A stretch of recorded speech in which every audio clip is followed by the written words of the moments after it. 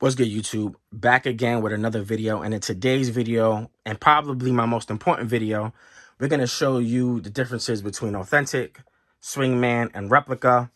And not only show you that, we're going to show you them throughout the years. All right, so we're going to start with Champion first. In the 90s, Champion had the exclusive rights to make NBA jerseys from 1991 all the way to 2002, right? Now, an authentic jersey, just to tell you the differences real quick, if you guys don't know, most of you guys know, but there's going to probably be somebody that doesn't know. Authentic jerseys is the closest thing we could buy for retail. That's the closest thing you can get to what the players wear on court. So this is an authentic jersey. This is an authentic jersey. Champion, however, did not make any Swingmans. Now, Swingmans are a cheaper version of an authentic jersey. You could still rep your team, but at a much cheaper price. But it's still a really nice jersey. So you get kind of the best of both worlds. You're not paying a premium price for an authentic, or like you would for an authentic, but you're rocking a Swingman, and we're going to get into Swingmans a little bit later. All right. And then you have replica jerseys. Now, replica jerseys still exist. Fanatics now is the sole producer for replica jerseys. But there was a time when Champion was the sole producer for replica jerseys from the 90s all the way until 2002. All right. So you're going to get stuff like this with a much thinner fabric. You could see through. It's, screen print graphics. You're just getting a cheaper jersey. And if it's not taken care of, if it's not washed, dried, or stored properly, you can really damage these jerseys. This happens to be my oldest jersey from 1992. And this is my oldest authentic from 1996, 97. And that's the giveaway there for the 50th anniversary, right? So as we take a look, you have the jock tags. They all have the numeric sizing on the jock tags, even on the replicas. And we're going to see how that changes. But as we get into the later authentics for Champion, you have a dual jock tag. These are going to stem from 1999 to 2002. Your jock tag should look like this, right? And Champion made some fantastic authentics. You have the Tracy McGrady here with the dazzle on the stars, sublimated stars in the jersey. You have your Jason Kidd here. Really well done jerseys. And again, you have your MJ here. So real quick about Champion, just a quick overview. Champion made authentic jerseys, also made replica jerseys, and they stopped completely making jerseys in 2002. All right, that's when Reebok took over for Champion jerseys. In 1997, up until 1997, they were the sole exclusive provider for the NBA. So they made authentic jerseys. They made replica jerseys for every team. Then in 1997-98 season, you got Nike, you got Puma, and I want to say Starter were the other manufacturers that were making and producing jerseys, but only authentic jerseys for certain teams. Champion then continued to make replica jerseys for all the NBA until 2001, 2002. All right. So we're going to move on to the next era of licensed NBA jerseys. Let's go. So 1997, you have Nike and Starter join the manufacturing for the NBA licensed jerseys. This is an authentic Grant Hill. And as you can see here, this Nike jock tag has the orange box with the Authentics tab off of it. And then here you have a Starter authentic Stephon Marbury. And you get that dazzle on the Timberwolf. So Starter would have NBA licenses for 2 years, and then Puma would take over all the teams that Starter had, right? So now we're going to go into more Nike authentic and Swingman jerseys. So now we get into the early 2000s. You have Nike, Puma, Reebok, and Champion still in the game making authentics. And in 2001 to 2002, that season, Nike started making Swingman jerseys. And this is the first time we see Swingman jerseys. And they, like I said earlier, they were a great jersey to wear to represent your team, but they weren't authentic. And we're going to show some differences between an authentic and a Swingman. I'm sure you guys know the differences already, but just to show you a little bit more, let's look into it. All right. So here we have an authentic Michael Jordan Washington Wizards jersey. You have now a different jock tag, that triple layered jock tag. You guys have seen this before, but then now you have the Roman numeral sizes for Swingman. The Authentics keep the same numeric sizing for their authentic jerseys. And on this particular jersey, you have a triple stitched. So you have the black, that brown like stitching, and then that French blue. And on the Swingman, we have what we see today from Mitchell & S, you have that 23 stitched on the outer layer, but then on the inner layers you have the facade stitching to replicate what the Authentics actually look like, right? Same thing goes here for the bullets, and just small details and differences.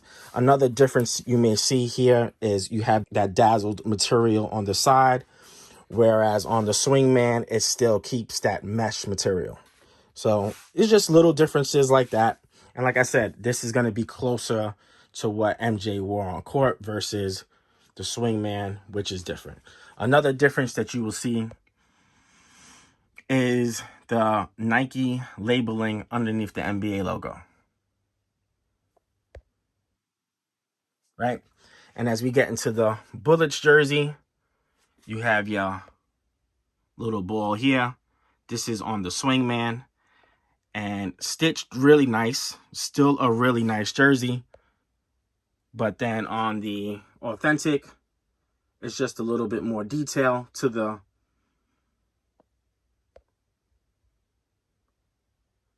how they make the jersey. All right. So this is going to be 1997-98 till 2004. Now, 2004 would be the last time Nike would have the NBA license, and then Reebok would take over. Now, Reebok takes over. Matter of fact, let's go into the Reeboks now. So as we get into the 2004 season, so this is going to be 2004, 2005, we have Authentic and Swingman Reebok jerseys. Now, Reebok becomes the sole exclusive provider for NBA Authentic licensed jerseys, Swingmans, right?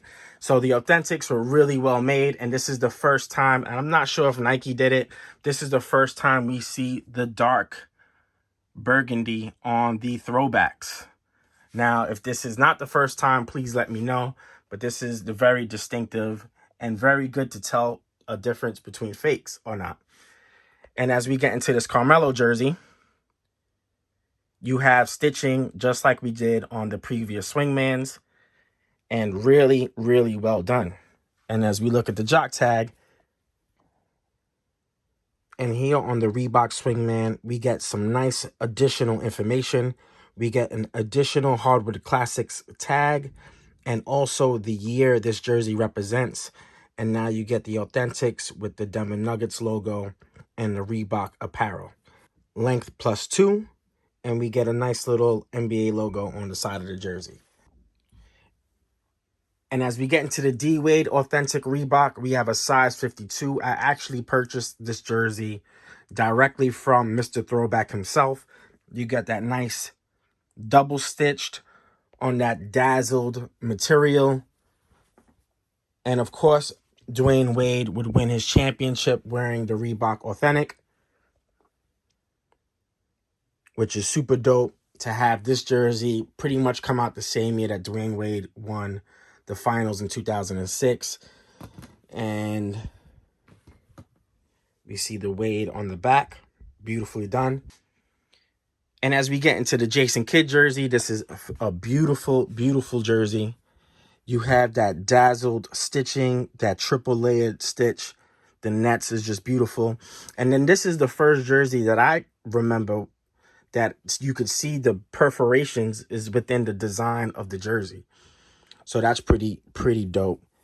You have your diamonds on the side. I mean, this is just a sick jersey. See how beautiful that looks? And then off the light, it just really shines. Still one of my favorite jerseys till this day, honestly. This is another Reebok Authentic, size 52. And then we have a LeBron throwback. And again, with that dark burgundy NBA logo, you have your double stitched for the Cavaliers. You have your sides having different materials, which is pretty dope. And then we take a look at the jock tag for the Hardwood Classics 75-76 season, in which this jersey represents. So, unfortunately, Reebok had only 2 years because they get bought out by Adidas. So the start of the 2006-2007 season, Adidas becomes the exclusive sole producer for NBA jerseys. Let's get into that. All right, so now we get to the 2006 season, and we have Adidas as our exclusive NBA license provider. We have an authentic Dwayne Wade jersey here, size 48. And you see how they changed the jock tags to the Adidas logo. This is an authentic Kobe Bryant jersey. Beautiful, beautiful jersey. And then we have the Swingmans, and they bring the Swingmans back. And here we have the early Swingman right here. So they still keep that dark NBA logo, but now they move the Adidas sign to the opposite side. And this would be their 2006 Swingman. So this would technically be their first Swingman. And as you see, they keep the year on the Hardwood Classics. They keep the NBA logo on the side. And then they switch it up a little bit here.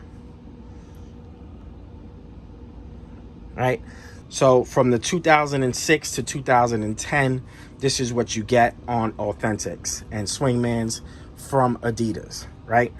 Now Adidas has the official license for the NBA from 2006 all the way to 2017. I believe their last year was 2016, 2017 season, and then Nike takes over the 2017-18.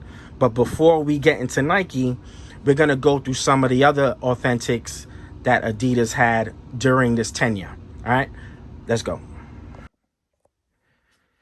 So now we get into the 2010-2011 season, and Adidas shows us a second generation authentic jersey, which is called the Revolution 30 jersey. Super dope jersey. It's so performance based, really well done. And then they go to the next generation Swingman jerseys, and eventually they have 3 generations of Swingman jerseys. I'm not too familiar with it, but there's a guy who's really awesome at it. My boy, Eric, I'm going to put a link below. He explains first gen, second gen, third gen Swingmans for Adidas. He also has an amazing Instagram account. Go check it out. It's basketball_threads on Instagram. So I'm going to put both of those links down below. But let's get back to the Adidas. So the start of the 2010-11 season, they bring out the Revolution 30 jerseys. Now, funny enough, although this is the season they debut the Revolution 30 jerseys, they put them in the All-Star game in 2009 and 2010. So the players did get a sneak peek on the performance. This is a Mitchell & Ness jersey, but this replicates what the players actually wore on court. So that's good to know that the players knew what they were wearing coming to 2010-2011 season. So now you have the Revolution 30 jerseys. They no longer use the numeric sizing. They have double XL for their sizing, as do the Swingmans. They have mesh numbering. They have heat applied graphics, but stitched, twilled graphics that are heat applied. And then the second generation Swingmans try to mimic the mesh numbering. as you can see there. The cool thing that they have on this is they still keep that classic jock tag with the numbers and the years this jersey represents.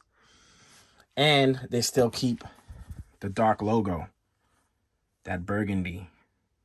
Makes it look vintage. And this would be a second generation Swingman. And you still get stitching. Immaculate stitching. As you guys can see here. Right? So, Adidas comes with their second gen Swingman. They come with their second gen authentic jersey. And then to finish up their tenure on Adidas, you have the third generation Swingmans here. Now, these are all heat applied graphics, heat pressed. They still try to mimic the mesh on the twill, but these are all now heat applied on. And on the jock tags, you still have the same styling. Pretty cool. And if you look at the back, you get the NBA logo on the back, and then you get the NBA logo on the back here as well. All right. So now Adidas has finished their 11 years of supplying and providing NBA licensed jerseys, authentics, and Swingmans, and Nike jumps on board. So we're going to get into Nike now. So now we have the 2017-2018 season, and Nike is the supplier. All authentic licensed NBA jerseys. They have authentics here, and you have the Swingmans with the Miami Vice. But we could laugh at it now. The first generation Nike authentics were ripping. So I don't know if this is technically a second generation, but in their first year, they moved from Arrow Swift to Vapor Knit material. It's important to know that, right? So you have the Arrow Swift there. Beautiful jersey. A lot of complaints when this jersey came out, and I was one of them, because this jersey just didn't feel like an authentic piece that we normally got in the years past. It didn't feel like a Mitchell & S. Didn't feel like an Adidas mid 2000s or early 2000s or late 2000s. It just, it just felt different. And then it just dawned on me that this is a performance-based company and sports performance. So, maybe going lighter and having larger loopholes and all these other things that we grew up and loved, that's not the direction Nike wants with its athletes at currently. So there's nothing wrong with that. And these jerseys have grown on me, absolutely. So with that being said, the Nike jerseys, they still have stitching on the twill. Now, you won't get double layered stitching twill, but you will get double stitching. And in this case right here, you will see it'll be a double stitch, but it'll be a kiss cut with just one single twill. And the original authentics had a heat pressed Nike swoosh. Some have advertisements, some don't. You get your Arrow Swift material there. And then really dope graphics. Some jerseys are really well made, and this is one of them. You have that Cleveland, you have different layering and designs on the side of the jersey. And what's really, really cool, and which they kind of got from Adidas, is they'll put little cool quotes and words and graphics on top of the jock tag. Now, Nike Connect is also a thing of the past. That's something you would get in the first couple of years on these Nike Authentics, but as of this year, they completely discontinued it. And another cool thing that you get is the championship patch, which is another thing they got from Adidas. Adidas, I think, did this the last few years on their authentic runs. I personally don't have an Adidas jersey that has a championship patch, but they're pretty cool to me. So this is the first year Arrow Swift Nike Authentic, and then we get to the Vapor Knit, and now you have a stitched NBA logo. Let me focus in on that. There we go. Why is that coming in so? There we go. Okay. And then you get stitched twill on the buck. And then again, you have that lettering above the jock tag, which is always a nice little touch.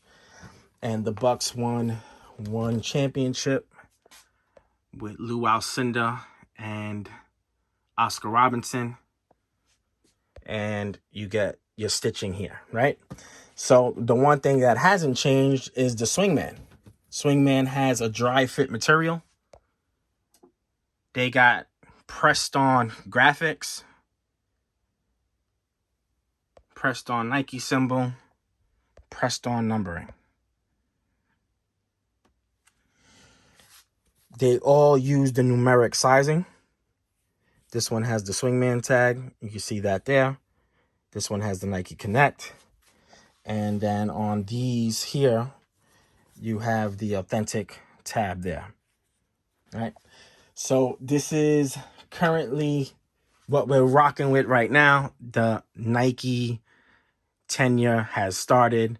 And I don't know exactly when the contract's over, but I do know for the NFL, they just renewed the contract for another 8 years.